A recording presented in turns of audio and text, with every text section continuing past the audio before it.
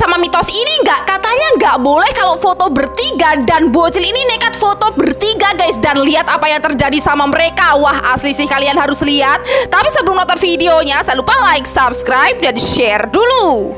Jadi bocil-bocil ini tuh lagi kegiatan sekolah di luar guys, dan mereka kayak berwisata gitu ya guys ya.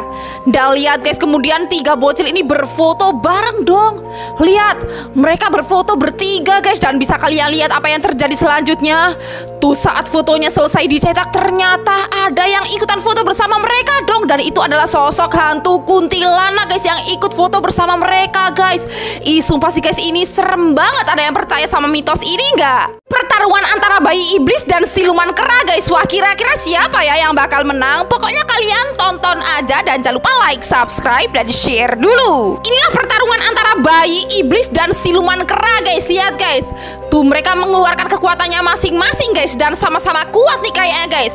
Dan bisa kalian lihat guys, ini bayi iblisnya mengeluarkan kekuatan api, dan kera ini juga mengeluarkan kekuatan api guys. Dan bisa kalian lihat guys, tuh bayi iblisnya itu jadi tumbang dong guys. Dia kalah sama siluman kera itu guys. Pemakaman di dalam air ternyata juga ada di Indonesia loh guys, yang dimana jenazahnya itu ditenggelamkan di dalam air kayak gini. Wah, asli sih, kalian harus lihat. Tapi sebelum nonton videonya, jangan lupa like, subscribe, dan share dulu. Salah satu tradisi pemakaman paling unik di Indonesia adalah pemakaman air guys. Dan lihat, ini orang-orang pada makamkan jenazah ini ke dalam air dong, dan jenazahnya itu langsung dimasukkan ke dalam air begitu aja guys, tanpa dikuburkan dulu ke dalam tanah guys. Lihat tuh, wah ini sih unik banget ya guys ya. Kira-kira ini pemakaman air terjadinya di mana guys? Ada yang tahu?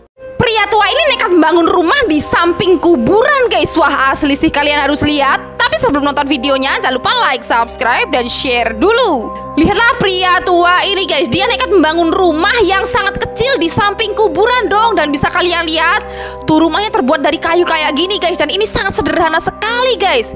Dan bisa kalian lihat guys, ini tepat di samping kuburan loh guys ya, rumahnya guys. Wah, ini apa dia nggak takut ya guys ya?